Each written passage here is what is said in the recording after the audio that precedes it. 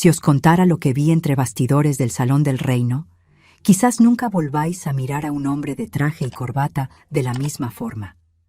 Porque descubrí que cuanto más alto era el cargo en la congregación, cuanto más poder tenían en sus manos, más podridos estaban por dentro. Y lo peor de todo, fue mi propio marido, un anciano respetado por todos, quien me enseñó esta lección de la forma más cruel posible. No solo me traicionó a mí, traicionó a Dios, traicionó a la congregación entera, y todavía tuvo la desfachatez de hacerme callar durante 20 años, usando el nombre de Jehová para mantenerme atrapada en un matrimonio que era puro teatro. Hola, mis queridos. Me llamo Juana, pero podéis llamarme Abuela Ju.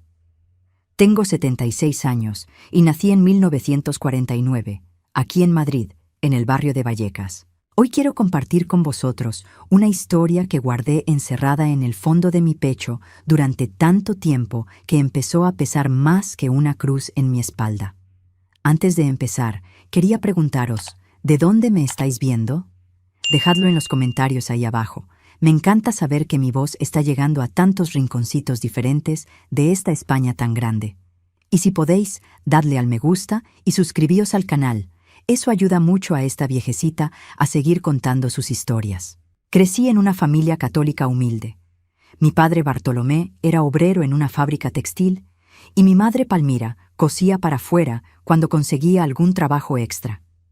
Vivíamos en una casa pequeña de 3 habitaciones, con suelo de baldosas que mi madre fregaba todos los días hasta que brillaba. Yo era la mayor de 5 hermanos, así que desde pequeña aprendí que la vida no era un juego. A los 12 años ya sabía hacer arroz, lentejas, lavar la ropa a mano y cuidar de los pequeños mientras mi madre iba a entregar sus costuras por las casas de las señoras del barrio. Era una vida dura, pero era honrada, ¿sabéis? No teníamos mucho, pero teníamos dignidad. Mi padre bebía los sábados, es verdad, pero nunca levantó la mano a nadie. Mi madre era una santa, de esas mujeres que conseguían hacer milagros con 1 kilo de harina y 2 huevos. Cuando tenía 17 años, en 1966, conocí a los Testigos de Jehová. Fue a través de una vecina, doña Irene, que empezó a frecuentar el Salón del Reino y no paraba de hablar sobre el paraíso en la tierra, sobre cómo Dios iba a destruir este sistema de cosas malo, y solo los elegidos iban a sobrevivir. Yo era joven, llena de sueños y miedos al mismo tiempo, y todo aquello me pareció tener sentido. El mundo estaba hecho una locura. Teníamos la dictadura de Franco, todo el mundo con miedo, las noticias hablando de guerra ahí fuera, y aquella promesa de un mundo nuevo, perfecto, donde no iba a haber más sufrimiento, me atrajo como la luz atrae a las polillas. A mi madre no le gustó nada cuando empecé a ir a las reuniones. Decía que aquello era cosa de protestantes, que estaba traicionando la fe católica de la familia. Pero yo estaba encantada, completamente embelesada por aquel mundo nuevo que se abría ante mí. En el Salón del Reino conocí a Oswaldo. Era 6 años mayor que yo. Tenía 23 años, era pionero regular, de esos que dedicaban todo su tiempo a predicar de puerta en puerta. Oswaldo era guapo, no voy a mentir, tenía un aire serio, el pelo siempre peinado con gomina, ropa impecable, una voz grave y firme cuando leía la Biblia. Todas las hermanas más jóvenes le echaban el ojo, pero me eligió a mí. Empezó a prestarme atención especial después de las reuniones, me prestaba publicaciones, me ofrecía llevarme a casa en su Vespa, me ayudaba a preparar los estudios bíblicos. Mi corazón de chiquilla tonta se derritió por completo. Yo pensaba que había encontrado al hombre perfecto, temeroso de Dios, dedicado, trabajador. Osvaldo trabajaba como auxiliar administrativo en una pequeña gestoría. Ganaba poco, pero lo suficiente. Y en sus horas libres solo pensaba en servir a Jehová. Nos casamos en diciembre de 1968, cuando yo tenía 19 años. Fue una boda sencilla en el Salón del Reino, sin gran fiesta. Solo un almuerzo en casa de mis padres, con la familia más cercana y algunos hermanos de la congregación. Osvaldo dio un discurso precioso sobre cómo íbamos a construir una familia ejemplar, servir juntos a Dios, criar hijos en la verdad. Yo estaba radiante. con un vestido blanco que mi madre me cosió, creyendo en cada palabra que salía de su boca. Nos fuimos a vivir a una habitación alquilada cerca del Salón del Reino, un cuarto y cocina pequeña, pero era nuestro. Lo arreglé todo con tanto cariño, cortinitas en las ventanas, tapetitos bordados, una maceta de flores en el alféizar. Pensé que iba a ser feliz para siempre. Los primeros años fueron buenos, no voy a mentir. Oswaldo era atento, predicábamos juntos de puerta en puerta, íbamos a las reuniones 3 veces por semana, a los congresos, a las asambleas. Me bauticé en 1969 y me sumergí de lleno en aquella vida. Dejé de hablar con varias amigas de la infancia porque eran mundanas. Corté lazos con parte de mi familia que no aceptaba mi religión. Oswaldo decía que era necesario, que no se podía tener comunión con las tinieblas, que los verdaderos cristianos tenían que separarse del mundo. Y yo obedecía todo. Cada palabra suya era ley para mí. En 1971 nació mi primera hija, Gertrudis. 2 años después vino Eugenia. Oswaldo quería un chico, pero Dios no nos lo dio, y él lo aceptó con resignación, diciendo que en el nuevo mundo íbamos a tener cuantos hijos quisiéramos. En 1975, cuando yo tenía 26 años, Oswaldo fue nombrado siervo ministerial, un cargo de responsabilidad en la congregación. Me sentí tan orgullosa, parecía que estábamos subiendo en la escalera espiritual. Empezó a tener más obligaciones, reuniones de ancianos, preparar discursos, cuidar de la literatura, organizar la limpieza del salón. Yo apoyaba todo, cuidaba de las niñas sola, de la casa, predicaba en mi tiempo libre, hacía todo para ser la esposa ejemplar que una testigo de Jehová tenía que ser. Oswaldo pasaba cada vez más tiempo fuera de casa, siempre con excusa de cosas de la congregación, y yo ni sospechaba nada. Confiaba en él ciegamente. Al fin y al cabo era un hombre de Dios, un siervo ministerial. ¿Cómo iba a hacer algo malo? En 1978 llegó la oportunidad que cambiaría nuestras vidas por completo. La sede de los Testigos de Jehová en España, que estaba en Madrid, necesitaba parejas para trabajar allí. Oswaldo se presentó candidato y fuimos aceptados. No me lo podía creer, parecía un sueño, un privilegio inmenso. Íbamos a vivir y trabajar en la sede, en el Betel como lo llamaban, sirviendo directamente a la organización de Jehová. Oswaldo fue a trabajar al departamento de servicio, encargándose de correspondencia y orientaciones para las congregaciones, y yo fui a la lavandería, cuidando de la ropa de los betelitas. Las niñas se quedaron en un programa de educación allí mismo, todo organizado, todo bien. Teníamos habitación, comida, todo proporcionado. Parecía que habíamos llegado a lo más alto. Los primeros meses yo estaba deslumbrada con todo. Me despertaba a las 5 de la mañana. Iba al desayuno comunitario, luego al texto del día con todos los betelitas reunidos, y entonces cada uno iba a su trabajo. Yo me pasaba el día en la lavandería con otras hermanas, lavando, planchando, doblando montañas de ropa. Era trabajo duro, el calor era insoportable, pero lo hacía todo con alegría porque pensaba que estaba sirviendo a Dios. Oswaldo trabajaba en la oficina, siempre elegante con traje y corbata, con una cartera bajo el brazo, importante. Fue creciendo dentro de la organización, asumiendo más responsabilidades, viajando para dar charlas en otras congregaciones, participando en comités judiciales. En 1982 fue nombrado anciano, el cargo más alto que un hombre podía tener en una congregación. Yo estaba en las nubes de orgullo, pero fue justamente cuando llegó a ese cargo que las cosas empezaron a cambiar. Oswaldo empezó a estar cada vez más distante, más frío conmigo. Cuando estábamos a solas en la habitación, apenas me miraba, apenas hablaba conmigo. Yo intentaba ser cariñosa, hacer las cosas que le gustaban, pero parecía que me había vuelto invisible. Decía que estaba cansado, que tenía muchas responsabilidades, que yo no entendía la presión que sufría. Nuestro matrimonio se convirtió en una formalidad.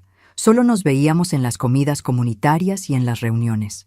En la cama, hacía años que no me tocaba. Yo sufría en silencio, pensando que era culpa mía, que no estaba siendo buena esposa suficiente, que quizás Jehová me estaba poniendo a prueba. Llegué a hablar con algunas hermanas mayores pidiendo consejo, y todas me decían lo mismo: sé sumisa, reza más, ten paciencia, el marido es la cabeza. Así que tragaba mi dolor y continuaba. Una tarde de 1985, yo estaba en la lavandería como siempre. Era un día de calor insoportable, ese calor de Madrid que se te pega a la piel. Había terminado mi trabajo antes de tiempo y decidí ir a la oficina a llevarle a Oswaldo una camisa limpia, que había manchado la suya en el almuerzo con salsa de tomate. Subí las escaleras, pasé por el pasillo, ese olor a papel y madera encerada que había en el edificio administrativo. Cuando llegué cerca de la sala donde trabajaba Oswaldo, oí voces. La puerta estaba entreabierta. Me fui acercando y reconocí su voz, pero había otra voz también, una voz femenina que yo conocía. Era Dolores, una hermana viuda de unos 40 años que trabajaba en la cocina. Iba a llamar a la puerta cuando la oí reírse, una risa bajita, íntima, y después oí un ruido extraño, como un beso. Todo mi cuerpo se congeló allí en el pasillo. Mi corazón empezó a latir tan fuerte que pensé que me iba a desmayar. No sabía qué hacer, si entrar, si irme, si gritar. Me quedé paralizada allí, temblando entera, con la camisa limpia en las manos, sintiendo que el mundo se me caía encima. Después de unos minutos que parecieron una eternidad, oí a Oswaldo decir bajito: «Vete, Dolores, antes de que aparezca alguien. Nos vemos luego».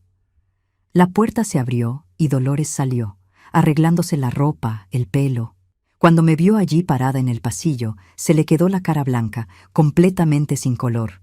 Murmuró un «con permiso» y salió casi corriendo, desapareciendo por el pasillo. Yo me quedé allí, sujetando aquella camisa, con las piernas flojas, sin poder moverme. Oswaldo apareció en la puerta segundos después, vio que era yo y la máscara de hombre santo se cayó por un instante. Vi miedo en sus ojos, pero enseguida recompuso la postura, se ajustó la corbata y me dijo con una voz fría: «¿Qué haces aquí?». No pude decir nada, solo le di la camisa con las manos temblorosas. Él cogió la camisa, miró alrededor para ver si había alguien más en el pasillo, me metió dentro de la sala y cerró la puerta. «¿Has visto algo?», preguntó, y su tono no era de culpa, era de amenaza. Yo estaba tan en shock que solo pude susurrar: «Oswaldo, ¿qué estaba pasando aquí?». Respiró hondo, se pasó la mano por el pelo, y entonces hizo algo que me heló hasta los huesos. Sonrió. Sonrió y dijo: «Juana, no entiendes nada. Dolores me estaba ayudando con unos documentos. Tienes una mente contaminada, eso sí. Necesitas rezar más, sacar esos pensamientos impuros de tu cabeza». Me quedé sin suelo. Me estaba llamando loca, de mente contaminada, cuando yo había visto, había oído. Empecé a tartamudear, intentando explicar lo que había oído, su risa, el ruido, pero me cortó. «Basta, Juana, estás haciendo una montaña de un grano de arena. Si vas por ahí diciendo estas cosas, vas a manchar mi reputación, vas a avergonzar a nuestra familia, vas a traer oprobio al nombre de Jehová. ¿Quieres eso? ¿Quieres ser responsable de hacer tropezar a otros hermanos?». Sus palabras eran como cuchillos, cada una cortando un trozo de mí. Estaba confusa, con miedo, sin saber si había visto lo que había visto, si me estaba volviendo loca de verdad. Se acercó a mí, me agarró de los hombros con fuerza y me dijo mirándome directamente a los ojos: «No vas a decir nada de esto a nadie. ¿Entendido? Nada. Esto es una trampa de Satanás para destruir nuestro servicio aquí en el Betel. Tienes que ser fuerte, ser leal». Lloré. Lloré allí delante de él, y él solo me soltó los hombros y dijo: «Ve a lavarte la cara y vuelve al trabajo». Y no quiero volver a oír hablar de esto. Salí de aquella sala tambaleándome. Bajé las escaleras, fui al baño y vomité. Vomité todo lo que tenía en el estómago. Me lavé la cara con agua fría, me miré en el espejo y no reconocí a la mujer que estaba allí. Parecía un muerto viviente, ojos hundidos, cara pálida. Me quedé allí, apoyada en el lavabo, intentando entender qué había pasado. ¿Será que lo había imaginado? ¿Será que el sonido que oí no era lo que pensé? ¿Oswaldo tenía razón? ¿Tenía la mente contaminada? ¿Satanás me estaba atacando? Ya no sabía nada. Volví a mi trabajo como un robot, doblando ropa, planchando, sin poder pensar bien. En los días siguientes me quedé observando todo, prestando atención a cada movimiento de Oswaldo, de Dolores. Actuaban con normalidad, se saludaban el uno al otro como cualquier otro hermano y hermana de la sede. Oswaldo estaba aún más dedicado, más ejemplar, preparaba discursos maravillosos, aconsejaba a los hermanos con sabiduría. Empecé a convencerme de que lo había imaginado todo, que era mi inseguridad, mis miedos. Al fin y al cabo, ¿cómo un anciano, un hombre que estaba sirviendo allí en el Betel, podría estar cometiendo adulterio? Era imposible, yo era la que estaba mal de la cabeza. Intenté acercarme de nuevo a Oswaldo, ser mejor esposa, pero él seguía distante, frío. Cuando tocaba el tema de aquel día, se enfadaba, decía que le estaba persiguiendo, que necesitaba parar con aquello, o iba a hablar con los ancianos sobre mis problemas espirituales. Pasaron meses e intenté enterrar aquello, pero la semilla de la duda había sido plantada y no paraba de crecer. Empecé a prestar atención a otras cosas que antes pasaban desapercibidas. Oswaldo salía mucho por la noche, diciendo que tenía reuniones de ancianos, visitas a hermanos enfermos, comités judiciales. Llegaba tarde, con olor a perfume diferente a veces, con manchas discretas de carmín en el cuello de la camisa que yo veía cuando la llevaba a lavar. Pero cada vez que intentaba preguntar algo, me acusaba de tener celos enfermizos, de estar dejando entrar a Satanás en mi cabeza. Vivía en un infierno silencioso, sin poder hablar con nadie, porque si hablaba, ¿quién me iban a creer?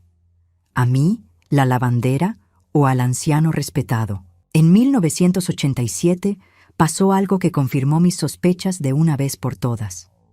Habíamos vuelto a Madrid después de una asamblea regional en Valencia. Era un domingo por la noche. Oswaldo dijo que iba a una reunión de ancianos de emergencia y salió justo después de la cena. Me quedé en la habitación con un dolor de cabeza horrible, tomé una pastilla y acabé durmiéndome pronto. Me desperté en mitad de la madrugada. Debían ser las 3 de la mañana, y Oswaldo todavía no había vuelto. Me preocupé, me levanté, fui hasta la ventana de la habitación que daba al aparcamiento interno de la sede. Fue entonces cuando lo vi. Vi a Oswaldo llegando en coche, pero no estaba solo. Salió del lado del conductor, dio la vuelta y abrió la puerta del pasajero. Salió del coche Clotilde, otra hermana que trabajaba en el departamento de redacción, una mujer de unos 35 años, casada. Se quedaron allí hablando bajito, se rieron de algo, y entonces, justo delante de mí, debajo de la luz tenue de la farola, se besaron. No fue un beso rápido, fue largo, íntimo, lleno de deseo. Me flaquearon las piernas, me agarré a la cortina para no caerme. No estaba loca, no lo había imaginado. Era real. Mi marido me estaba engañando, y no era con una sola mujer.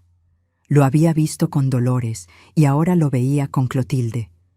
¿Cuántas más había?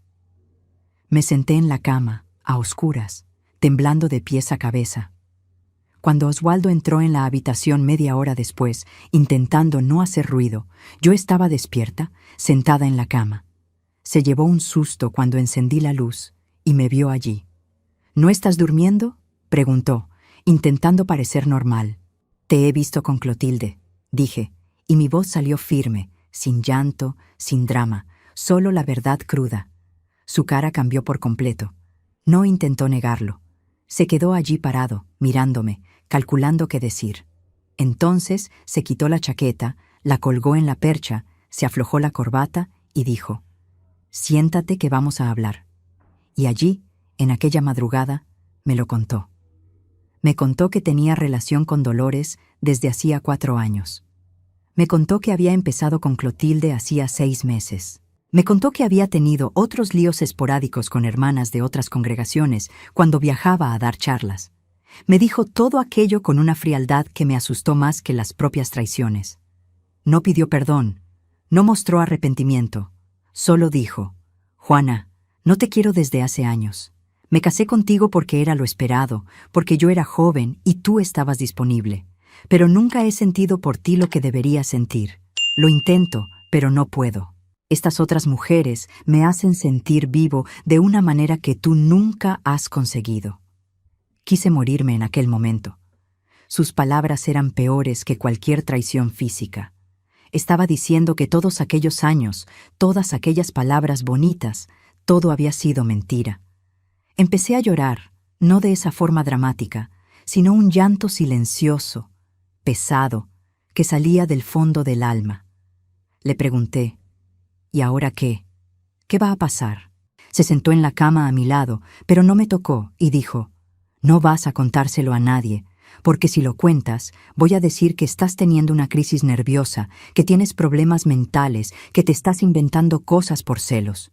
¿A quién crees que van a creer? ¿A mí, un anciano respetado?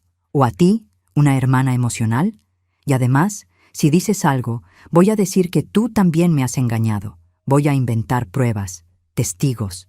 Serás expulsada, perderás a tus hijas, a tu familia, todo. ¿Quieres eso? Estaba acorralada y él lo sabía. Dentro de los testigos de Jehová, ser expulsada era peor que la muerte. Significaba que nadie podía hablar contigo, ni tu propia familia. Tus hijas no podían verte más. Estabas muerta en vida. Y Oswaldo estaba usando eso como arma contra mí. ¿Entonces ese es esto?, pregunté. ¿Voy a tener que fingir que no sé nada? ¿Voy a tener que seguir siendo tu esposa ejemplar mientras tú sigues con esas otras? Respiró hondo y dijo: vas a seguir siendo mi esposa delante de todos. Vas a seguir viviendo aquí, trabajando, yendo a las reuniones. Pero en nuestra habitación solo eres una compañera de piso. No me vas a cuestionar, no me vas a vigilar, no me vas a montar escenas. A cambio, yo garantizo que sigues aquí en el Betel, cerca de tus hijas, con tu posición en la congregación. Es un buen trato para las dos. Me quedé en shock. Estaba proponiéndome que viviera una mentira por el resto de mi vida. ¿Pero qué podía hacer? No tenía a dónde ir, no tenía dinero, no tenía profesión aparte de lavar ropa. Mis hijas estaban allí, siendo adoctrinadas en aquel sistema. Toda mi familia me había rechazado cuando me hice testigo de Jehová. Si me iba, lo perdería todo. Así que, en aquella madrugada de 1987, vendí mi alma. Acepté su trato, y durante 13 años, desde mis 38 hasta mis 51 años, viví ese infierno particular. Seguí lavando ropa en la lavandería, seguí yendo a las reuniones 3 veces por semana, seguí sonriendo y saludando a todo el mundo, seguí siendo la esposa ejemplar del anciano Oswaldo.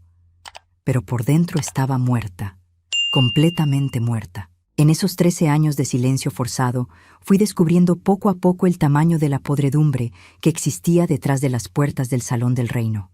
Oswaldo no era el único. Había ancianos que pegaban a sus esposas, que eran alcohólicos escondidos, que desviaban dinero de las contribuciones. Había siervos ministeriales que abusaban de la autoridad, que acosaban a las hermanas más jóvenes.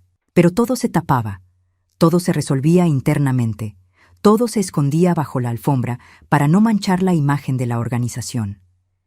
Las mujeres que intentaban denunciar eran llamadas mentirosas, desajustadas, problemáticas. Los hombres siempre tenían razón, siempre estaban protegidos. Yo veía todo aquello y no podía hacer nada, porque yo misma estaba aprisionada en aquel sistema. Dolores continuó siendo amante de Oswaldo durante algunos años más, hasta que conoció a un hermano de otra congregación y se casó. Vi su boda. Vi a Oswaldo dando un discurso precioso sobre la santidad del matrimonio, sobre fidelidad y amor verdadero. Casi vomito allí mismo. Clotilde descubrió que estaba embarazada en 1989. Su marido, Germán, se puso contento pensando que era hijo suyo. Pero yo sabía la verdad. Veía a Clotilde y a Oswaldo intercambiando miradas. La veía pasándose la mano por la barriga con ese gesto especial. El niño nació en 1990 y era clavado a Oswaldo. Pero nadie lo supo nunca. Nadie sospechó jamás. Germán crió a ese niño como hijo suyo, y Osvaldo veía al crío crecer desde lejos, sabiendo que era sangre de su sangre, pero sin poder reconocerlo. Mis hijas crecieron en aquel ambiente enfermo. Gertrudis se bautizó a los 16 años y empezó a ser pionera regular. Eugenia tardó más. Ella tenía un espíritu más cuestionador, más rebelde, pero acabó cediendo a la presión y se bautizó a los 18. Yo intentaba protegerlas de lo que sabía, pero al mismo tiempo tenía que adoctrinarlas en todo aquello, porque si no lo hacía, iban a sospechar de mí. Era una tortura constante. Yo enseñaba a mis hijas que tenían que ser sumisas a los maridos, que el hombre era la cabeza de la familia, que tenían que servir a Jehová por encima de todo. Y por dentro gritaba de desesperación, porque sabía que las estaba preparando para el mismo infierno que yo vivía. En 1996, cuando yo tenía 47 años, pasó algo que fue la gota que colmó el vaso. Llegó al Betel una hermana jovencita. Acababa de cumplir 18 años. Se llamaba Leonor. Era guapa, ingenua, llena de sueños de servir a Jehová. Fue a trabajar a la cocina junto con otras hermanas. Osvaldo empezó a prestarle atención especial, ofreciéndole ayuda con estudios bíblicos, consejos espirituales, ese juego que yo ya conocía tan bien. Vi todo volver a suceder, como una película que ya había visto 1000 veces. Intenté avisar a Leonor de forma indirecta. Le dije que tuviera cuidado, que no todos eran lo que parecían. Pero ella era demasiado joven, confiaba demasiado y cayó en su labia. Una tarde, yo estaba pasando cerca del almacén, un sitio más aislado donde guardaban los materiales de limpieza. La puerta estaba cerrada, pero oí ruido dentro. Reconocí la voz de Osvaldo y otra voz femenina, llorando. Pegué la oreja a la puerta y lo oí todo. Era Leonor, llorando, diciendo que tenía miedo, que no quería aquello, que se lo iba a contar a alguien. Osvaldo le estaba diciendo que se calmara, que aquello era normal, que era una expresión de afecto entre hermanos, que estaba montando un drama por nada. Sentí una rabia tan grande subir dentro de mí que pensé que iba a explotar. Aquella chiquilla tenía la edad de mis hijas. Estaba siendo manipulada, engañada, violentada emocionalmente por aquel hombre que todos creían santo. Y yo había estado callada durante años, protegiéndole, permitiendo que siguiera haciendo aquello con otras mujeres. Abrí la puerta de golpe, sin llamar, sin avisar. La escena que vi me dio asco.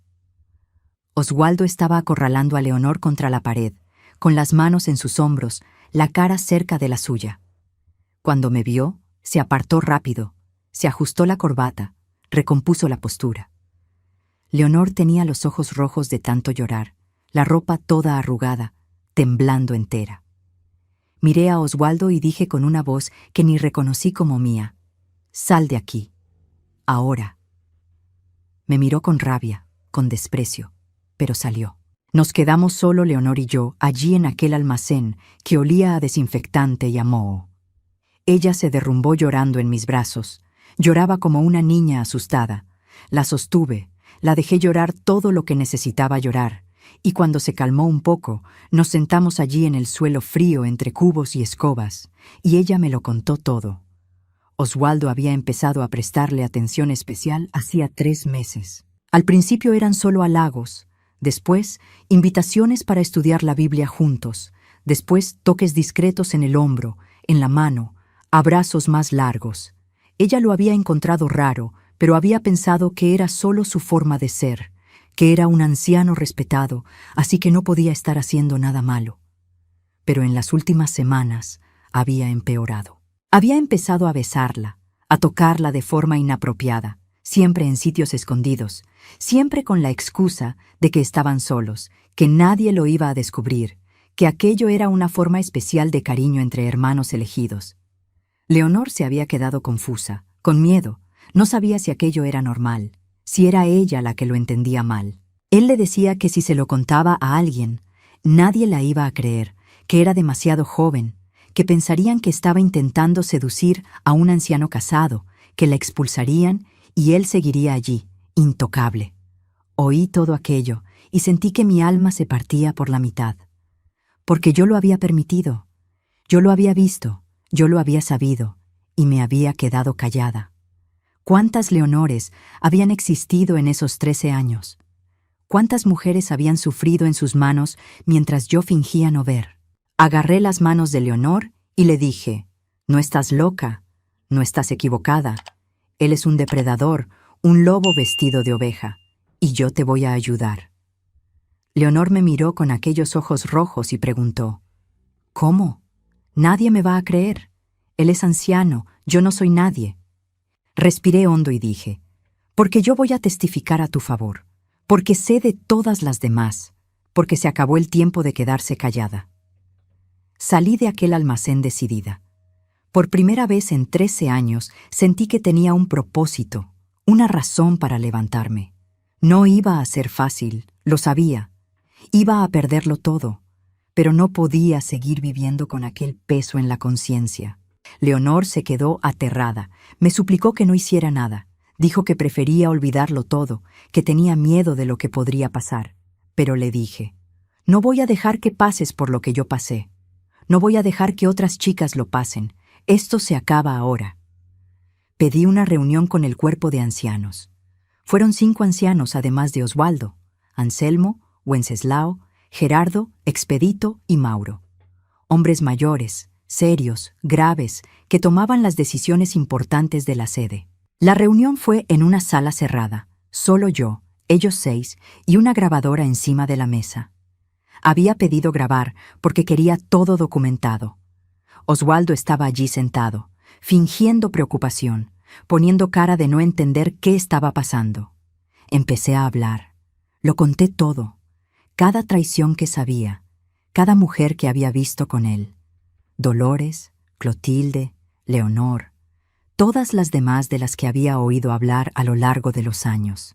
Hablé del trato que me había obligado a hacer, de las amenazas, del chantaje emocional. Hablé durante casi 2 horas sin parar. Oswaldo se quedó allí sentado, demasiado tranquilo, demasiado callado. Cuando terminé, los ancianos se quedaron en silencio. Después Anselmo, que era el mayor de ellos, se aclaró la garganta y dijo, «Hermana Juana, estas son acusaciones muy graves. ¿Tiene pruebas de lo que está diciendo?» Pruebas. Querían pruebas. ¿Cómo iba a tener pruebas de conversaciones que habían pasado hacía años? ¿De besos que vi en las sombras? ¿De amenazas hechas dentro de mi propia habitación?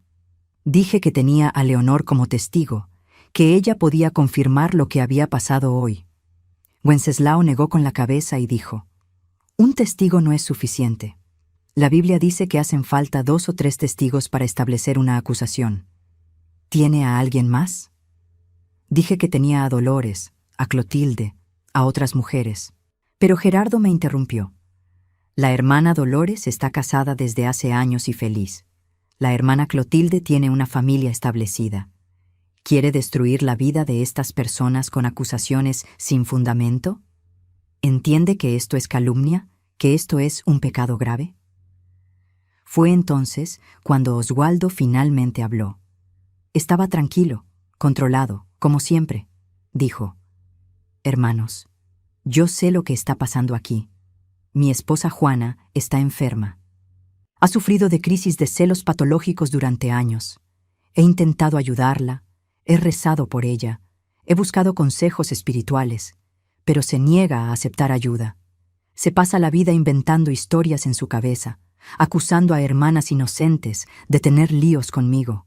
Es una situación muy triste. Quiero a mi mujer, pero ya no sé qué hacer». Le miré sin poder creer lo que estaba oyendo. Estaba haciendo exactamente lo que había amenazado con hacer hacía 13 años. Me estaba pintando como loca. Los ancianos me miraron con pena, con desconfianza. Expedito dijo, «Hermana Juana, ¿se encuentra bien? ¿Está durmiendo bien? A veces el demonio ataca nuestra mente cuando estamos débiles espiritualmente. Quizás necesite un tiempo de descanso, menos trabajo, más oración y estudio». Quise gritar, quise golpear la mesa, quise arrancar aquella grabadora y tirársela a la cara. pero sabía que cualquier reacción emocional se usaría contra mí. Así que respiré hondo y dije, no estoy loca, sé lo que vi, sé lo que viví, y vosotros tenéis la obligación de investigar, de llamar a esas mujeres para que testifiquen, de proteger a la congregación de este hombre. Mauro, que hasta entonces no había dicho nada, dijo, hermana, el hermano Oswaldo es un anciano ejemplar desde hace más de 15 años. Sirve a Jehová con dedicación, tiene una reputación impecable. Lo que nos está pidiendo es que destruyamos su reputación basándonos solo en su palabra, sin pruebas concretas. La reunión terminó con ellos diciendo que iban a rezar sobre el asunto, que iban a investigar, pero yo ya sabía cómo iba a acabar. Y acabó exactamente como imaginé. 3 semanas después me llamaron para otra reunión. Esta vez solo Anselmo, Wenceslao y Gerardo. Oswaldo no estaba. Me dijeron que habían hablado con Dolores, con Clotilde y con otras hermanas que yo había mencionado. Todas lo negaron todo. Dijeron que yo estaba inventando, que nunca habían tenido nada con Oswaldo, que él siempre había sido respetuoso y apropiado. Hablaron con Leonor también, y la chiquilla, aterrada, se había echado atrás y había dicho que había sido un malentendido, que Oswaldo nunca había hecho nada malo, que ella había interpretado mal una conversación pastoral. Anselmo me dijo que habían llegado a la conclusión de que yo estaba sufriendo problemas espirituales y emocionales graves, que necesitaba buscar ayuda, quizás incluso ayuda profesional además de la espiritual, que estaba haciendo falsas acusaciones contra un siervo de Jehová, lo que era un pecado gravísimo, que si seguía con aquello, no tendrían más remedio que tomar medidas disciplinarias contra mí. En otras palabras, me expulsarían si insistía. Me quedé allí sentada oyendo todo aquello, sintiendo que el mundo se derrumbaba una vez más. Pregunté, ¿y si lo pruebo? ¿Y si consigo más testigos? ¿Más pruebas? Wenceslao negó con la cabeza y dijo, hermana Juana, ya hemos investigado. No hay nada que probar. El caso está cerrado. Le sugerimos que se concentre en fortalecer su espiritualidad, en ser una esposa más sumisa y cariñosa, en confiar más en Jehová. Salí de aquella reunión muerta por dentro, completamente destrozada. Había arriesgado todo, había expuesto todo, y no había servido para nada. Oswaldo seguía allí, intocable, respetado, poderoso. Yo era la loca, la problemática, la mujer histérica que inventaba cosas. Mis hijas, que se habían enterado de la reunión a través de cotilleos que corrieron por la sede, me miraban con vergüenza. Gertrudis me dijo que había avergonzado a la familia, que no se creía que le hubiera hecho eso a su padre. Eugenia se quedó en silencio, confusa, sin saber a quién creer. Oswaldo hizo el papel de marido paciente y comprensivo, diciéndole a todo el mundo que estaba ayudando a su esposa a pasar por aquel momento difícil, que era una prueba que Jehová estaba permitiendo para fortalecer su fe. Seguí viviendo allí en el Betel, pero me convertí en un fantasma. Las hermanas me evitaban, cuchicheaban cuando pasaba, me miraban con pena o con desprecio. Ya no me llamaban para trabajos importantes, ya no me invitaban a las reuniones sociales. Me convertí en una paria dentro de mi propia comunidad. Oswaldo, por el contrario, siguió creciendo. En 1998 lo llamaron para formar parte del cuerpo gobernante regional, una posición de enorme prestigio. Viajaba por toda España dando charlas, siendo aplaudido, admirado, reverenciado. Y yo me quedaba allí en la lavandería, lavando su ropa y la de todos los demás, tragándome mi humillación todos los días. Los años siguientes fueron los más sombríos de mi vida. Desarrollé depresión severa, pero no podía buscar ayuda psicológica porque los testigos de Jehová lo veían como debilidad espiritual. Tomaba medicamentos a escondidas que conseguía a través de una hermana que trabajaba en una farmacia. Engordé mucho, dejé de cuidarme, solo vivía en automático. Me levantaba, trabajaba, iba a las reuniones como un zombi. Volvía a la habitación que compartía con Oswaldo, pero donde nunca cruzábamos palabra, y dormía con ayuda de pastillas. Era una muerte en vida. Llegué a pensar en el suicidio varias veces, pero tenía miedo de lo que pasaría después, porque los testigos enseñan que quien se suicida no tiene esperanza de resurrección. En 2000, cuando tenía 51 años, pasó algo que lo cambió todo. Eugenia, mi hija pequeña, apareció en mi habitación una noche tarde, llorando. Tenía 27 años, estaba casada con un hermano llamado Hilario desde hacía 3 años, y pensé que quizás tenía problemas en el matrimonio. Pero no era eso. Se sentó en mi cama, me agarró las manos y dijo: «Mamá, te creo». No entendí. Ella continuó: «Creo lo que dijiste sobre papá. Lo he visto. Le he visto con otra mujer. Lo he visto con mis propios ojos». Se me disparó el corazón. Le pregunté qué había visto, dónde, cuándo. Eugenia me contó que había ido a buscar a su padre a su despacho hacía 2 semanas. Era tarde por la noche, y le había visto saliendo de una sala escondida con Nuria, una hermana joven de 23 años que trabajaba en la costura. Estaban arreglándose la ropa. Ella tenía el pelo alborotado, y cuando vieron a Eugenia se quedaron blancos. Osvaldo había dado la misma excusa de siempre, que estaban hablando de asuntos confidenciales de la congregación, que Eugenia lo había entendido mal. Pero Eugenia ya no era una niña. Lo había visto. Y entonces empezó a recordar otras cosas, situaciones raras de su infancia, veces que había visto a su padre con otras mujeres en situaciones sospechosas, pero que había empujado al fondo de su mente porque no podía ser verdad, porque su padre era anciano, porque Jehová no lo permitiría. Pero ahora todo tenía sentido. Todas las piezas del rompecabezas encajaban. «Mamá, perdóname por no haberte creído. Perdóname por haberme puesto de su parte. Estaba ciega, no quería ver. Lloré tanto aquella noche que pensé que me iba a deshidratar. Lloré de alivio por tener finalmente a alguien que me creía, por no estar más sola en aquel infierno. Eugenia dijo que me iba a ayudar a salir de allí, que nos íbamos juntas, que daba igual lo que pasara, que no me iba a dejar sola. Pero yo sabía que no era tan sencillo. Si nos íbamos, nos expulsarían. Ella perdería a su marido, que era testigo fanático. Perdería a su hermana, Gertrudis, que seguía firme en la organización. Perdería a todos los amigos, a todos los conocidos.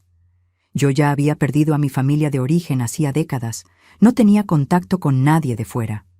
¿A dónde íbamos? ¿Cómo íbamos a sobrevivir? Yo no tenía profesión, no tenía dinero ahorrado, no tenía nada. Pero Eugenia estaba decidida. Dijo: «Mamá, la libertad no tiene precio. Prefiero vivir pobre y libre que vivir en esta prisión de lujo». Lujo era un decir, porque el Betel no era lujoso, pero tenía comodidad, tenía seguridad, tenía todo previsto. Pasamos los meses siguientes planeando nuestra huida, porque era eso, una huida. Eugenia empezó a juntar dinero a escondidas de su marido. Yo hacía trabajos extra de costura para algunas hermanas y guardaba lo poco que ganaba. Buscábamos sitios para vivir, empleos posibles, formas de volver a empezar. No fue fácil, porque teníamos que hacer todo a escondidas, sin levantar sospechas. Eugenia empezó a discutir más con Hilario, creando una excusa para una posible separación. Yo empecé a decir que mi salud estaba empeorando, que necesitaba salir del Betel para tratarme. Todo calculado, todo planeado con cuidado. En julio de 2001, casi 20 años después de haber descubierto la primera traición de Osvaldo, finalmente salí de la sede de los Testigos de Jehová. Salí con una maleta pequeña con ropa, 300 euros en el bolsillo que había conseguido juntar, y mi hija Eugenia a mi lado. Dejé una nota para Osvaldo diciendo solo: «Ya no puedes controlarme más, ya no puedes silenciarme más. Un día saldrá la verdad, y cuando eso pase, caerás del pedestal que construiste con mentiras». No me expulsaron formalmente porque no di motivo oficial. Simplemente me fui. Dejé de ir a las reuniones, dejé de tener contacto con cualquier testigo. Me convertí en una expulsada, de hecho, aunque no oficialmente. Los primeros meses fueron horribles. Eugenia se separó de Hilario oficialmente y él pidió su expulsión por abandono del hogar. Gertrudis cortó contacto completamente conmigo y con su hermana. Oswaldo difundió que yo había tenido un colapso nervioso completo y que él había intentado de todo para ayudarme, pero yo me había negado. Toda la comunidad se puso de su parte, como siempre. Pero por primera vez en décadas podía respirar. Estaba pobre, estaba sin familia. Estaba empezando de cero a los 52 años, pero estaba libre. Libre de la mentira, libre de la opresión, libre de aquella prisión que llamaban paraíso espiritual. Vivimos de favor en casa de una conocida de Eugenia durante unos meses. Eugenia consiguió trabajo como dependienta en una tienda y yo empecé a hacer limpiezas en casas de familias. Era trabajo duro para mi edad y para mi salud ya deteriorada, pero era honrado, era mío. Cada céntimo que ganaba era con sudor, pero era limpio. No estaba manchado con sangre de víctimas silenciadas. Ahorramos lo suficiente para alquilar una habitación pequeña, sin lujo ninguno, pero era nuestra. Compramos muebles usados, utensilios de segunda mano, montamos nuestra vidita humilde pero libre. Eugenia conoció a un chico, Telmo, que no era testigo de Jehová, que no era de ninguna religión, pero que era bueno, honrado, trabajador. Empezaron a salir y vi a mi hija sonreír de verdad por primera vez en años. En los años siguientes reconstruí mi vida poco a poco. Fue difícil, muy difícil. Tuve que aprender a vivir en el mundo que siempre me enseñaron que era malo, satánico, peligroso. Descubrí que la gente de fuera no eran monstruos. Descubrí que había gente buena en todas partes, que no hacía falta religión para ser decente, para tener carácter. Hice amistades verdaderas por primera vez en la vida, amistades que no eran condicionales, que no dependían de seguir normas rígidas. Aprendí a celebrar cumpleaños, cosa que nunca había hecho como testigo. Aprendí a ver películas, a escuchar música, a vivir sin el miedo constante de desagradar a Dios o a la organización. En 2006, 5 años después de salir, recibí una llamada. Era de una mujer que se identificó como Ivette. Dijo que había sido testigo de Jehová durante 20 años, que había salido hacía poco, y que había oído hablar de mi historia a través de otras ex-testigos que estaban empezando a conectarse por Internet. Me preguntó si me apetecería hablar con ella, contar mi experiencia, porque estaba recogiendo testimonios de mujeres que habían sido maltratadas dentro de la organización. Acepté. Nos encontramos en una cafetería sencilla cerca de mi casa y hablamos durante horas. Le conté todo, cada detalle que había vivido. Lloró conmigo, compartió su historia que era parecida y me dijo que había docenas de otras mujeres con historias similares. Fue a través de Ivette que conocí a otras supervivientes. Empezamos a vernos regularmente, un grupito pequeño, informal, solo para hablar, para desahogarnos, para apoyarnos. No era nada organizado, no tenía nombre, no tenía estructura. Era solo mujeres heridas intentando curarse juntas. Oí historias que me hicieron hervir la sangre. Mujeres que habían sido violadas por ancianos y silenciadas. Mujeres que habían perdido hijos por rechazar transfusiones de sangre. Mujeres que habían sido maltratadas por maridos que seguían siendo ancianos respetados. Mujeres que habían sido expulsadas por denunciar abusos. Era un patrón, siempre el mismo patrón. Los hombres protegían a los hombres. Las mujeres eran desechables. Oswaldo continuó su carrera brillante dentro de la organización. Se convirtió en superintendente viajante, una posición aún más alta, donde visitaba congregaciones por todo el país, dando orientaciones, haciendo discursos, siendo tratado como realeza espiritual. Yo lo seguía de lejos a través de ex-testigos que todavía tenían contactos allí dentro. Se había vuelto a casar, con una hermana viuda llamada Josefina, 20 años más joven que él. La pobre no sabía con quién se había casado. Oswaldo construyó una reputación de hombre que había sufrido con una esposa inestable, pero que había perseverado en servir a Jehová de todas formas. Se convirtió en un ejemplo de fe, de perseverancia, de dedicación. En 2012, cuando yo tenía 63 años, recibí la noticia de que Leonor se había suicidado. Aquella chiquilla que había intentado proteger, que había sido manipulada por Oswaldo, que había negado todo por miedo, no había aguantado cargar con aquel peso.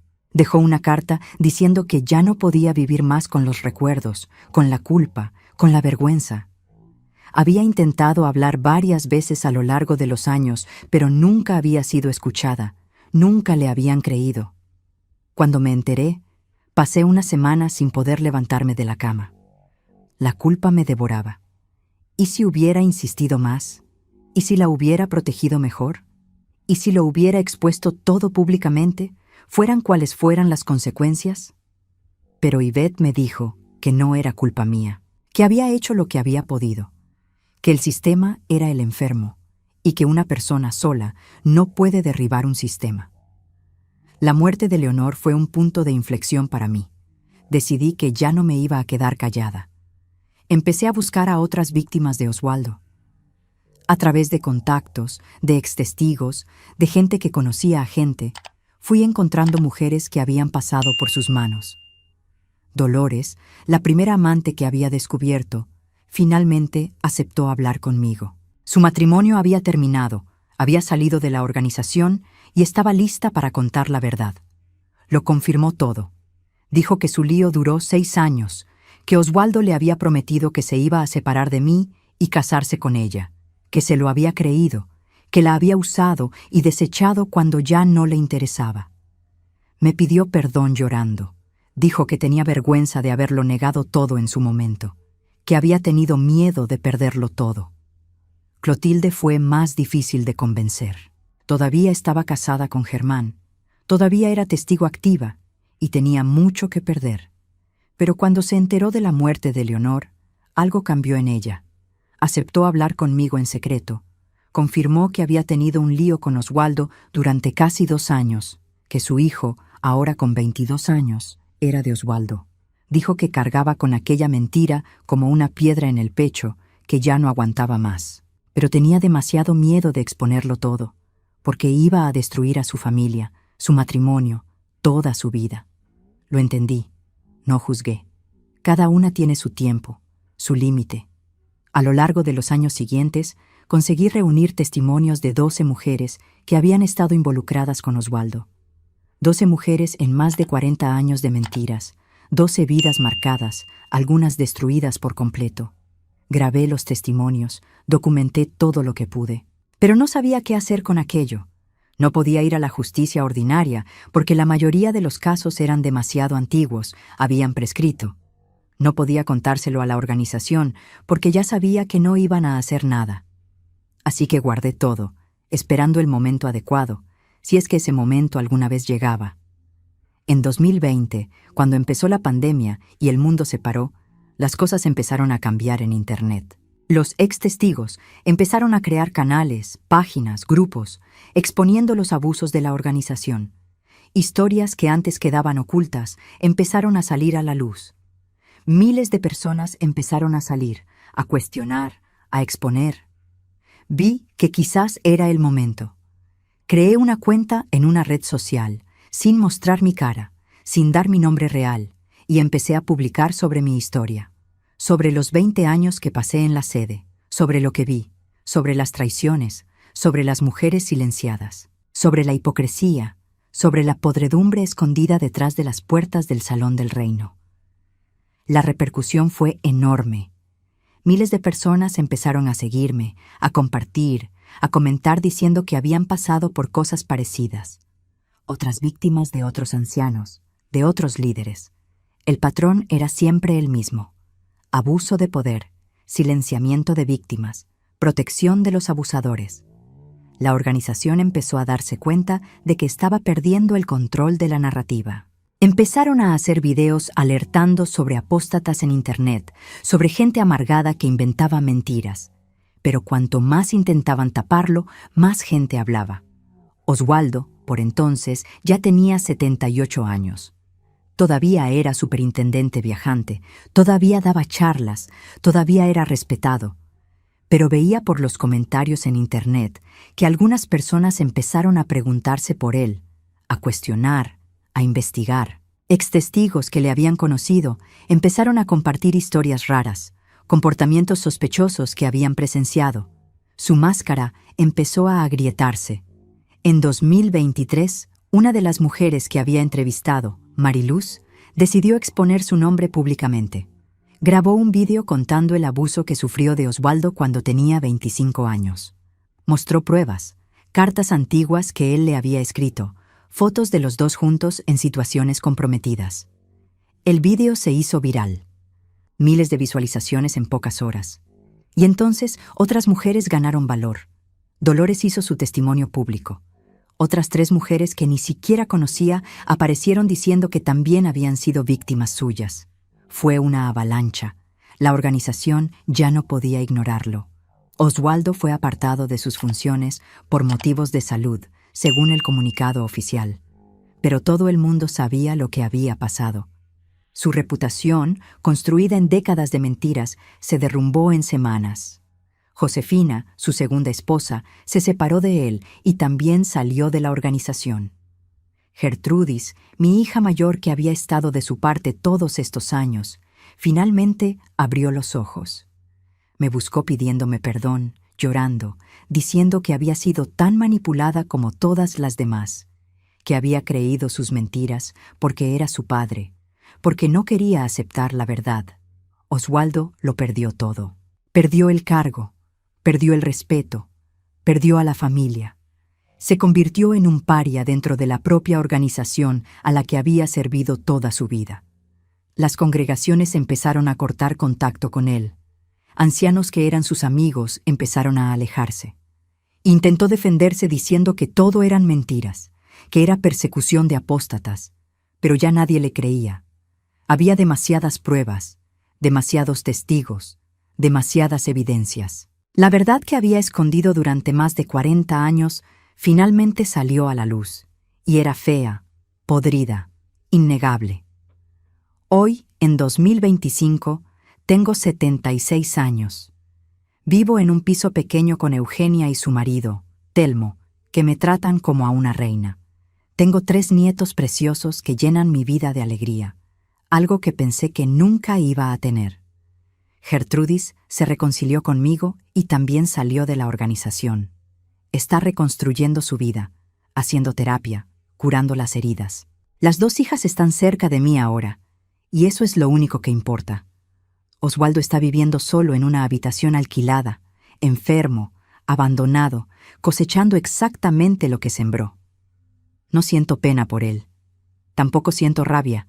Solo siento vacío cuando pienso en él, como si todos aquellos años hubieran sido una pesadilla de la que finalmente desperté. Las mujeres que fueron víctimas suyas se están curando cada una a su tiempo. Algunas todavía cargan con traumas profundos, van al psicólogo, toman medicamentos para la ansiedad y la depresión. Otras han conseguido seguir adelante y construir vidas bonitas. Dolores se volvió a casar, con un hombre de fuera que la trata bien, que la respeta. Mariluz se hizo abogada y hoy ayuda a otras víctimas de abuso religioso.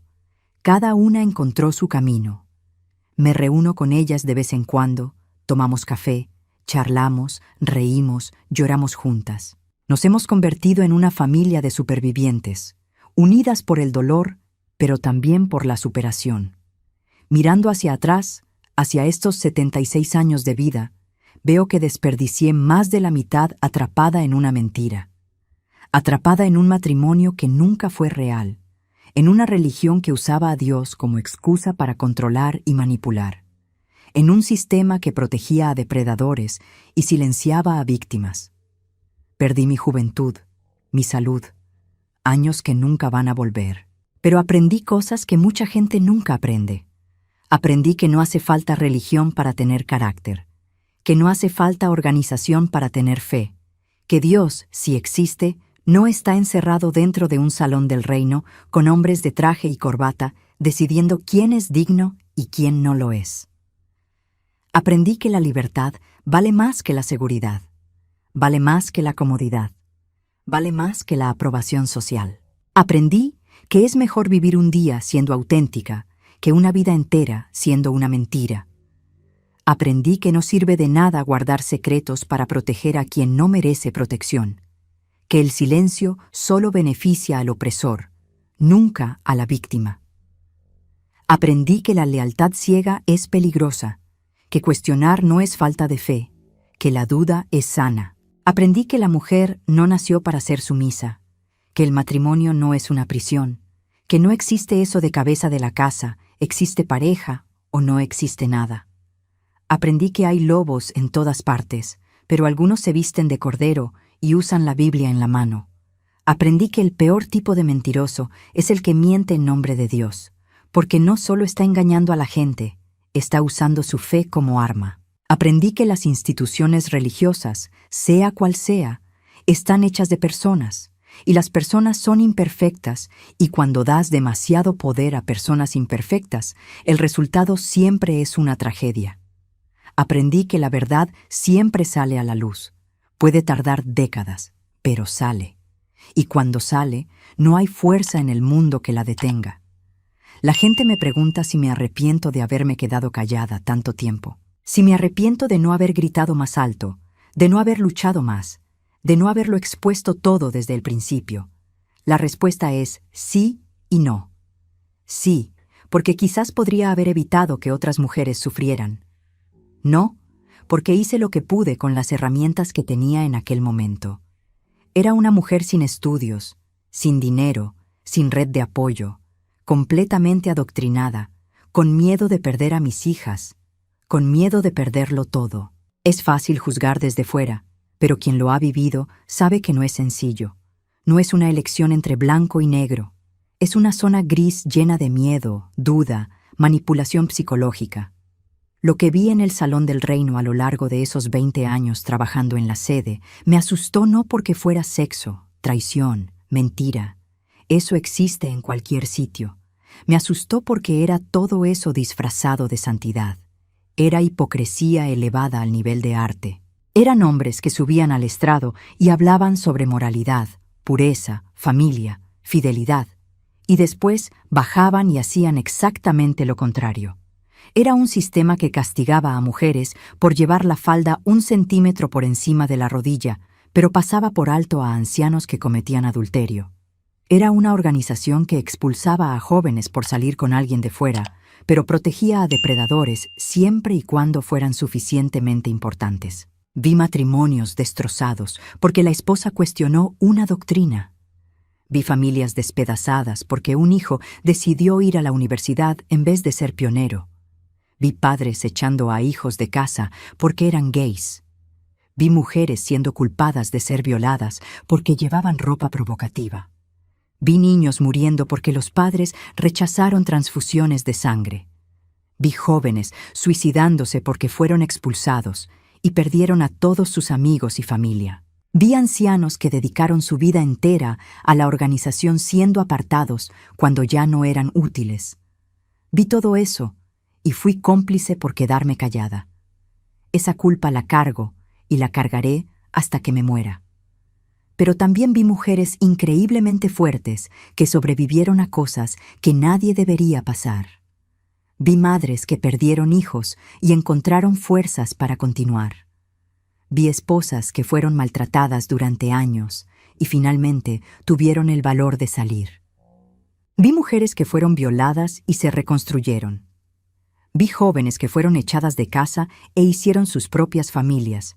Vi ancianas que salieron después de 60 años dentro de la organización y volvieron a empezar de cero. Vi resiliencia, vi coraje, vi fuerza que ni sabía que existía. Y eso me da esperanza. Mi historia no es única. Hay miles de Juanas por ahí, dentro de los Testigos de Jehová y dentro de otras religiones también. Mujeres atrapadas en matrimonios abusivos porque la religión dice que el divorcio es pecado. Mujeres siendo controladas, manipuladas, silenciadas, maltratadas, todo en nombre de Dios. Y la mayoría no habla, no denuncia, no sale, porque tiene miedo. Miedo de perder a la familia, miedo de ir al infierno, miedo de desagradar a Dios, miedo de no tener a dónde ir. Es un miedo legítimo, real, paralizante. Así que cuando alguien me pregunta por qué no salí antes, por qué no hablé antes, respondo: porque el miedo es real, y quien nunca ha pasado por esto no tiene derecho a juzgar.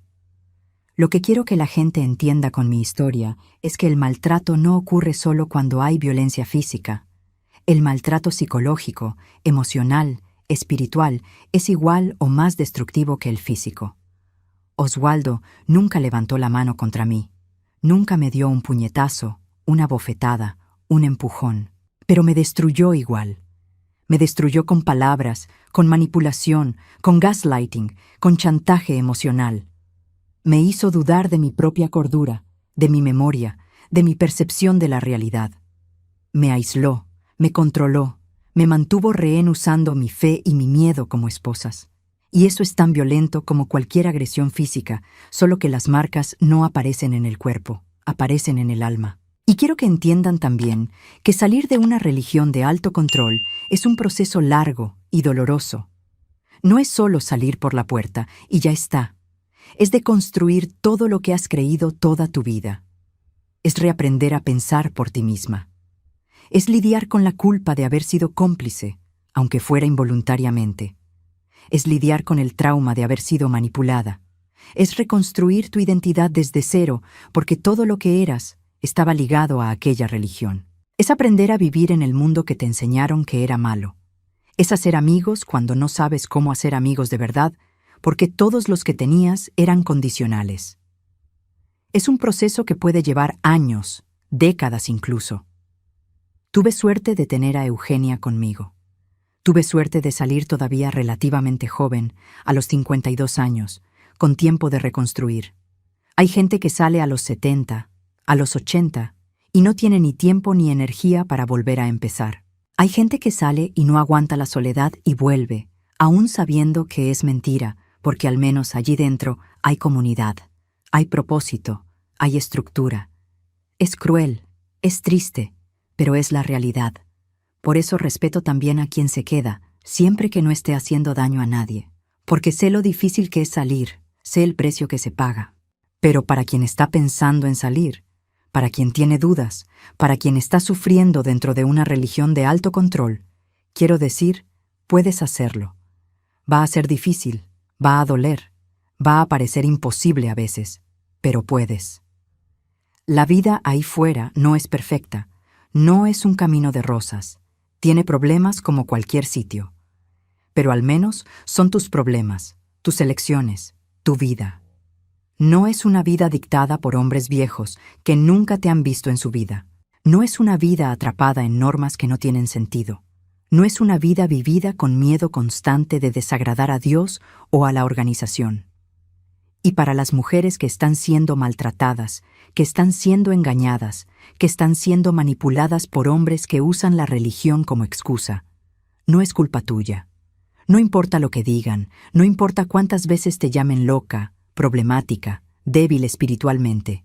No es culpa tuya, no estás loca, no te lo imaginaste, no estás exagerando. Lo que te hicieron está mal, es maltrato, es delito en algunos casos y no te lo mereces. Ninguna mujer se lo merece. Y tienes derecho a salir, a denunciar, a reconstruir tu vida lejos de quien te hace daño. No importa cuánto tiempo llevas casada, no importa cuántos hijos tienes, no importa tu edad. Siempre es el momento de elegirte a ti misma.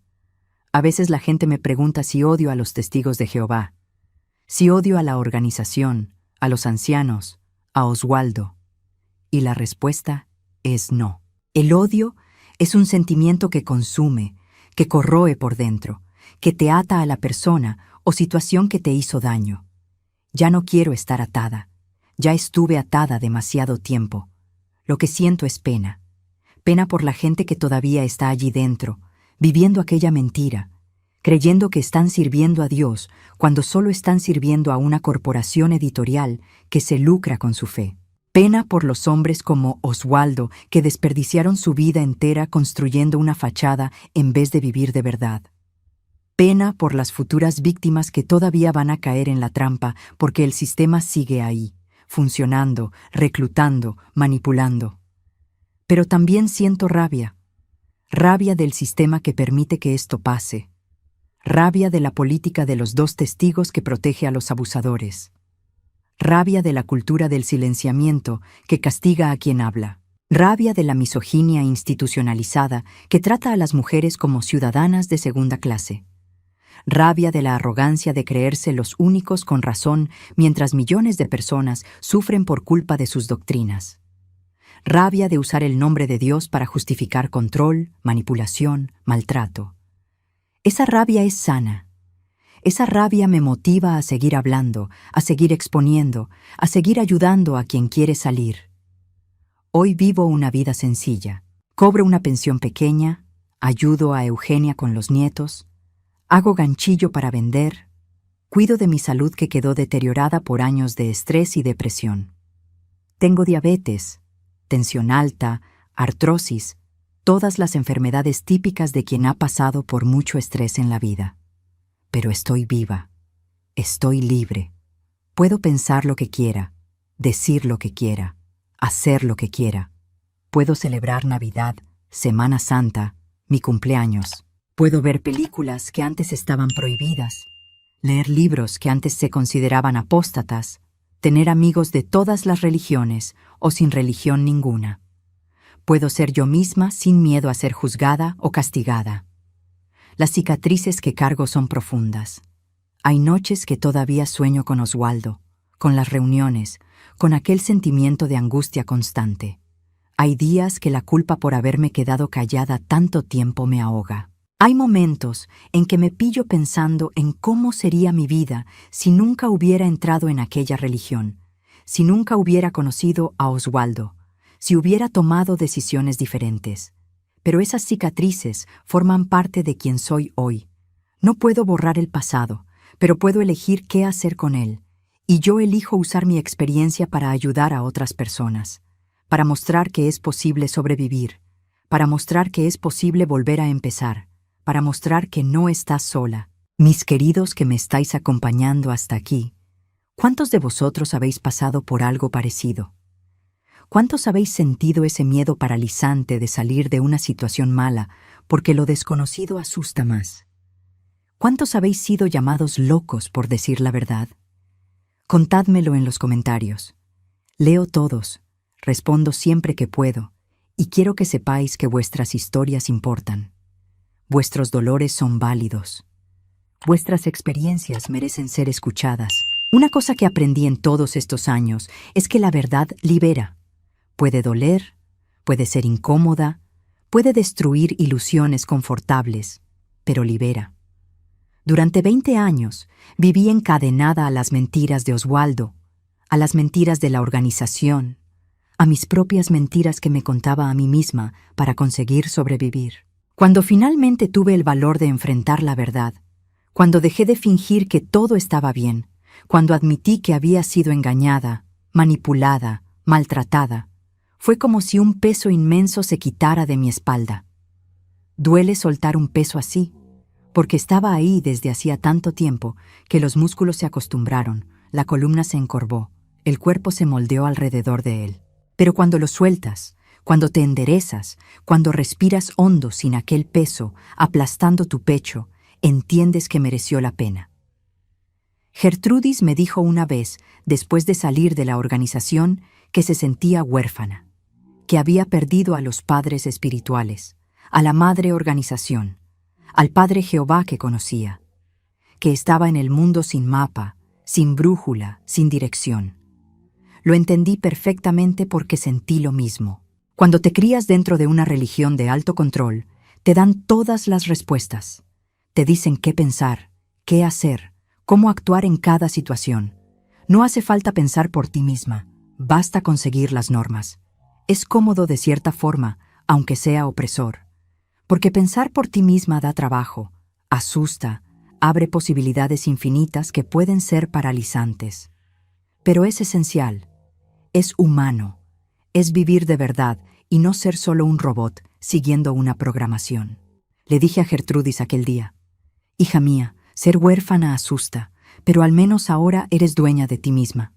No hay nadie controlándote, manipulándote, usándote.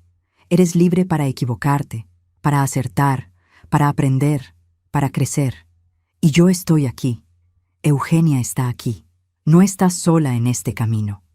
Y eso es lo que quiero deciros a todos vosotros que estáis pensando en salir, que acabáis de salir, que estáis en ese proceso doloroso de deconstrucción. No estás solo. Somos miles, repartidos por el mundo, que pasamos por esto y sobrevivimos. Que nos equivocamos, que tropezamos, que a veces quisimos tirar la toalla, pero que seguimos adelante. Y estamos aquí para ayudar, para acoger, para decir que se hace más fácil con el tiempo. No voy a mentir y decir que se queda perfecto. No se queda. Siempre vas a cargar con esas marcas. Siempre vas a tener detonantes, momentos difíciles, recuerdos que duelen. Yo todavía me pillo automáticamente girando la cara cuando veo a alguien con el carrito de literatura de los Testigos de Jehová en la calle. Todavía siento un apretón en el pecho cuando oigo ciertos himnos que cantaba en las reuniones. Todavía sueño a veces que estoy de vuelta en el Betel, atrapada, sin salida, y me despierto sudando frío. El trauma no tiene cura mágica, pero tiene gestión, tiene aceptación, tiene resignificación. Hoy, cuando miro todo lo que pasé, consigo ver no solo el dolor, sino también la fuerza. Consigo ver no solo lo que perdí, sino también lo que gané. Perdí décadas de mi vida, perdí mi juventud, perdí oportunidades. Pero gané sabiduría, gané empatía, gané la capacidad de identificar manipulación a kilómetros de distancia. Gané aprecio por la libertad que pocas personas tienen. Gané relaciones verdaderas, no basadas en obligación religiosa, sino en afecto genuino. Me gané a mí misma. Y eso no tiene precio. La gente a veces me para por la calle, porque comparto mi historia en Internet y mi cara acabó siendo conocida en ciertos círculos. Me paran y me dicen, «Me diste valor para salir», o «Tu historia salvó mi matrimonio porque me di cuenta a tiempo de que estaba cayendo en la misma trampa», o «Mi hija vio tu relato y decidió no bautizarse». Cada vez que oigo eso, lloro. Lloro de alivio por saber que mi sufrimiento no fue en vano. Que si al menos una persona fue ayudada, si al menos una vida fue salvada, entonces mereció la pena exponer mis heridas, mis vergüenzas, mis errores. Oswaldo hoy tiene 80 años. Vive solo en un sitio que ni sus propias hijas visitan. Gertrudis intentó mantener contacto durante un tiempo, pero no aguantó la toxicidad, las manipulaciones constantes, los intentos de él de hacerse la víctima. Lo perdió literalmente todo. La organización a la que sirvió durante más de 50 años lo tiró a la basura cuando ya no servía a sus intereses. Los amigos que pensaba que tenía desaparecieron. La reputación que construyó se convirtió en polvo. Está solo con sus mentiras, sus arrepentimientos, su conciencia. Si es que tiene conciencia, porque los psicópatas generalmente no la tienen. No sé si se arrepiente. No sé si entiende la dimensión del mal que causó. No sé si pierde el sueño pensando en las mujeres que destruyó, en Leonor que se suicidó, en los hijos que crecieron en hogares rotos por su culpa. No lo sé, y sinceramente ya no me importa. Él es problema suyo. Me liberé de él, de su influencia, de su poder sobre mí. Puede estar vivo físicamente, pero para mí murió hace mucho tiempo. Se convirtió solo en un recuerdo malo, una lección aprendida de la forma más dolorosa posible. Lo que me asustó en aquel salón del reino no fue descubrir que mi marido era un mentiroso, un manipulador, un adúltero. Fue descubrir que el sistema entero estaba construido para proteger a hombres como él. Que no era un caso aislado, era un patrón. Que había Oswaldos en cada congregación, en cada país, en cada rincón donde los testigos de Jehová existen. Y que todos están protegidos por la misma estructura patriarcal, misógina, autoritaria, que no admite cuestionamiento, no acepta denuncia, no permite justicia. Esto es sistemático, esto es institucional, esto es intencionado, y lo peor es saber que sigue pasando. Que en este exacto momento hay mujeres siendo maltratadas, silenciadas, manipuladas, dentro de salones del reino en toda España, en todo el mundo. Hay Leonores siendo amenazadas para que no hablen. Hay Juanas siendo llamadas locas por denunciar. Hay niños siendo criados en ese sistema enfermo, aprendiendo que la autoridad nunca se cuestiona, que los hombres son superiores, que las mujeres existen para servir. Y yo no puedo salvarlas a todas. No tengo ese poder, pero puedo hablar, puedo testimoniar, puedo mostrar que la supervivencia es posible. Puedo encender una lucecita en la oscuridad para quien está buscando una salida. Mis queridos, si sacáis una lección de mi historia, que sea esta: nunca dejéis que religión ninguna, persona ninguna, institución ninguna os haga dudar de vuestra percepción de la realidad. Si veis algo mal, probablemente está mal. Si sentís que estáis siendo manipulados, probablemente lo estáis. Si algo os causa malestar, miedo, angustia constante, prestad atención a esas señales. No ignoréis vuestro instinto. No dejéis que nadie os convenza de que estáis locos, problemáticos, débiles espiritualmente. Confiad en vosotros, confiad en vuestra intuición, confiad en vuestra capacidad de discernimiento. Y si estáis en una situación mala, sea matrimonio abusivo, religión tóxica, trabajo explotador, familia controladora, sabed que tenéis derecho a salir. No sois un árbol para quedaros plantados en el mismo sitio sufriendo. Tenéis piernas, tenéis voluntad propia, tenéis derecho a buscar felicidad, paz, libertad. No importa cuánto tiempo lleváis en aquella situación, no importa cuánto habéis invertido, no importa cuánta gente se va a decepcionar, vuestra vida es vuestra, vuestra felicidad importa, vuestro bienestar importa, vosotros importáis. Yo desperdicié 20 años de mi vida atrapada en una mentira por miedo a salir. 20 años que nunca van a volver. Pero no voy a desperdiciar los años que me quedan. Cada día que me despierto libre es una victoria. Cada risa de mis nietos es una prueba de que mereció la pena haber tenido valor. Cada mensaje de alguien diciendo que mi historia ayudó es una confirmación de que estoy en el camino correcto. Podría haber muerto en aquella prisión dorada, amargada, frustrada, llena de arrepentimientos, pero elegí vivir, elegí ser libre. Y esa es la mejor decisión que he tomado en mi vida. Así que, si me estás viendo ahora y tienes dudas sobre salir de donde estás, sobre denunciar a quien te está haciendo daño, sobre volver a empezar de cero, te digo, hazlo. Va a doler, va a asustar, va a ser difícil, pero es temporal. El sufrimiento de quedarse es permanente. El arrepentimiento de no haberlo intentado dura para siempre.